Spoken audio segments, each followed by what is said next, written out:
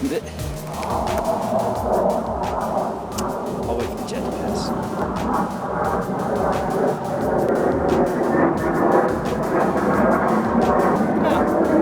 That's fun.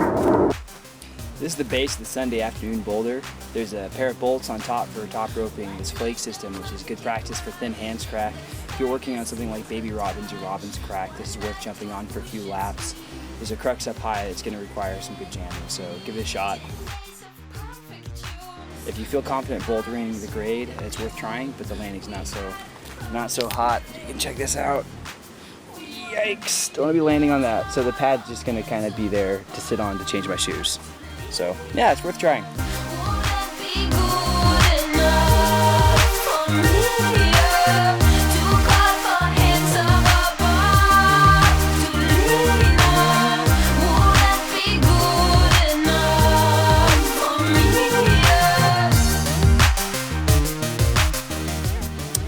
So this is the elephant's trunk boulder. It's probably be called the elephant's butt crack because this looks more way like a butt than a trunk. I'm just saying, if I was going to name it, personally, I would call it the elephant's butt. But it's a great place to come to warm up. There's a lot of good problems here, especially on the back. You can kind of go up and down the down climb to warm up. There's a face climb to the left of the butt crack. The butt crack itself is really grainy and gross, as most butt cracks are, but it's about 10A, it's kind of fun. Bring a pad though and a spotter.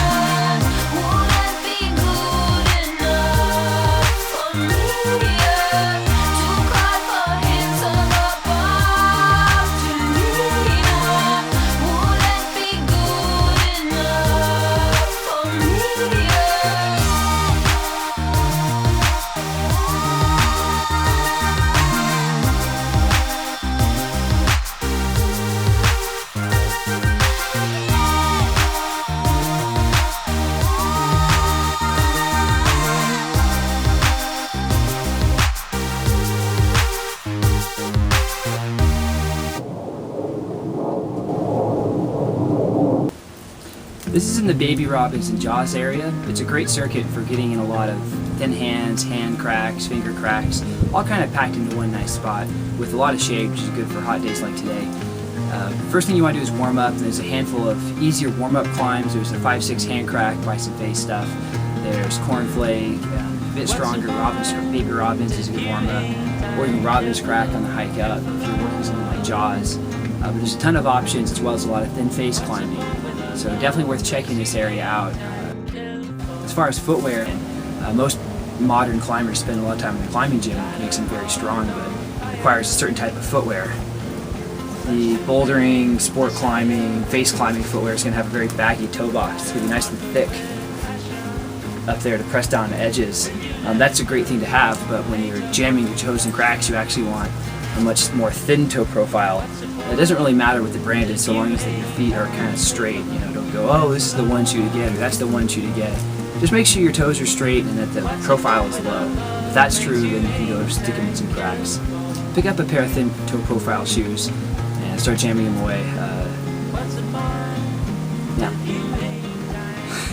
Hey, the crack behind me is about 5'6". That's kind of fun. Take an objective approach to your footwear and treat everything chalk, tape, shoes, you know, treat it like tools.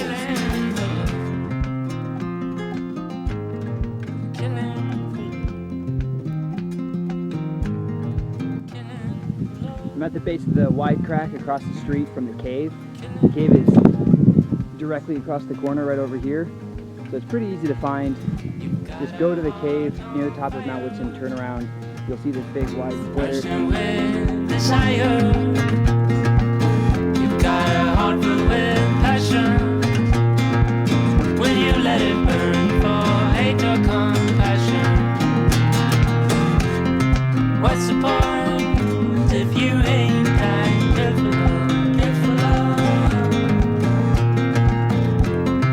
What's the point with a love makes you hate and kill for? You're killing for love. to turn the hat around for this one.